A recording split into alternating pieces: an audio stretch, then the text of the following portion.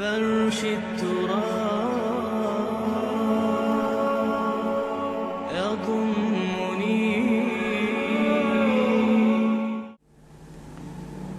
عالم اسلام میں سے عالم عرب ان کے شکنجے میں جا چکا.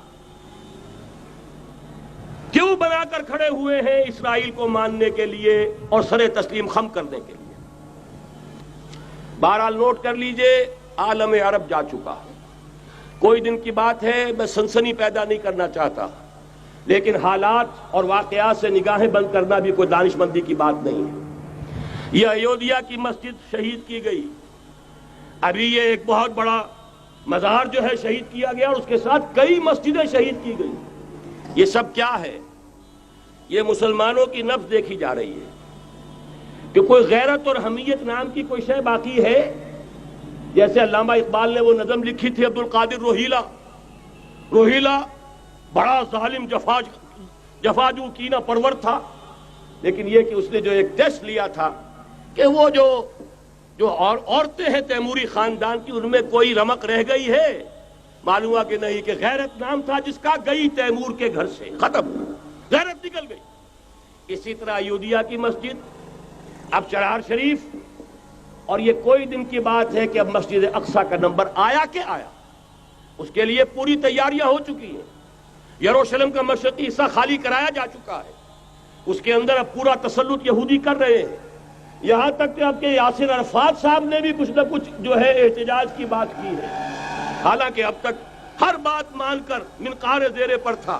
لیکن یہ کہ ایک وقت آتا ہے آخر کار اسے بھی کچھ بولنا پڑ گیا ہے. لیکن یہودی اب پیچھے قدم ہٹانے والا نہیں ہے. ان کا تھرڈ ٹیمپل، تیسری مرتبہ ہیکل سلیمانی تعمیر ہونا ہے. نوٹ کر لیجئے، ان کے لیے وہ وہی کچھ ہے جو ہمارے لیے کعبہ ہے. ان کے لیے ہیکل سلیمانی بالکل وہی حیثیت رکھتا ہے جو ہمارے لیے کعبہ. وہ ہیکل سلیمانی ایک مرتبہ پہلے نبوکدنضر کے ہاتھوں مسمار ہوا، پھر سن 70 عیسوی میں ٹائٹس کے ہاتھوں مسمار ہوا. سن 70 کے بعد آج 1995 میں کتنے برس ہو گئے؟ پورے 1925 برس ہو گئے کہ ان کا کعبہ زمین بوس پڑا ہوا ہے. اب تک تو ان کا بس نہیں تھا، اب تو بس ہے کہ نہیں؟ اب ان کی حکومت ہے کہ نہیں؟ اب شاہ حسن ہو چاہے شاہ حسین، ان کے نوکر اور چاکر ہیں یا نہیں؟ اب انہیں ڈر کس کا ہے؟ لہذا کوئی دن کی بات ہے مسجد اقصیٰ شہید ہوگی اور ٹیمپل کی تعمیر شروع ہوگی. یہ تو بہرحال ایک نقشہ ہے. اگلا نقشہ آپ کو بتانا چاہتا ہوں، ایک دوسری تصویر ہے. یہ تصویر ہے زمینی، ایک تصویر ہے آسمانی. وَمَكَرُوا وَمَكَرَ اللَّهُ وَاللَّهُ خَيْرُ الْمَاكِرِينَ.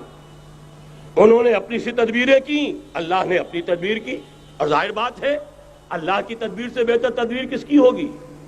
چنانچہ یہودیوں کی سازشیں اس وقت بھی ناکام ہوئی تھی یا نہیں؟ ظاہر بات ہے جاء الحق وزهق الباطل ان الباطل کان زهوقا.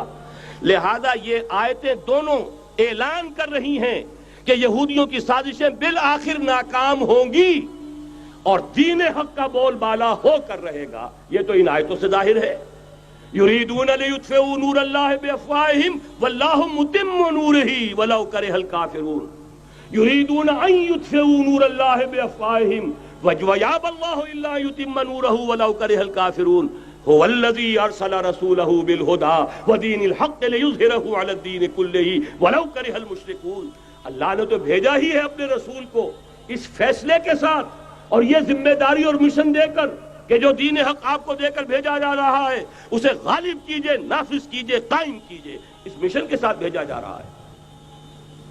قرآن کہتا ہے ببانگ دہل وَمَا أَرْسَلْنَاكَ إِلَّا كَافَّةً لِلنَّاسِ بَشِيرًا وَنَذِيرًا. اے محمد صلی اللہ علیہ وسلم، ہم نے نہیں بھیجا ہے آپ کو مگر پوری نوع انسانی کے لیے بشیر اور نذیر بنا کر. تو جان لیجئے کہ یہ مقصد بعثت محمدی صلی اللہ علیہ وسلم بتمام و کمال اس وقت پورا ہوگا جب کل عالم انسانیت پر، کل روح ارضی پر اللہ کا دین اسی طرح غالب ہو جائے گا جس طرح کہ محمد رسول اللہ والذین معہ صلی اللہ علیہ وسلم ورضی اللہ تعالی عنہم اجمعین، ان کے ہاتھوں سے، ان کے ایثار سے، ان کی قربانیوں سے، جن کا نقشہ آپ کے سامنے مولانا کھینچ چکے ہیں، ان کی احسار، ان کی قربانیاں، ان کی محنت، ان کی جفاکشی، ان کی سرفروشی، ان کے جان تن من دھن لگا دینے کے نتیجے میں جیسے اس وقت غالب ہوا تھا، کل روئے ارضی پر غالب ہوگا، تب کہیں جا کر مقصد بعثت محمدی مکمل ہوگا۔ یہی وجہ ہے اقبال نے کہا تھا وقت فرصت ہے کہاں، کام ابھی باقی ہے، نور توحید کا اتمام ابھی باقی ہے۔ لیکن ساتھ ہی خوشخبری بھی دی تھی، یہ چمن معمور ہوگا نغمہ توحید سے، آئے گا وہ دور، یہ چمن معمور ہوگا نغمہ توحید سے، لازماً آ کر رہے گا۔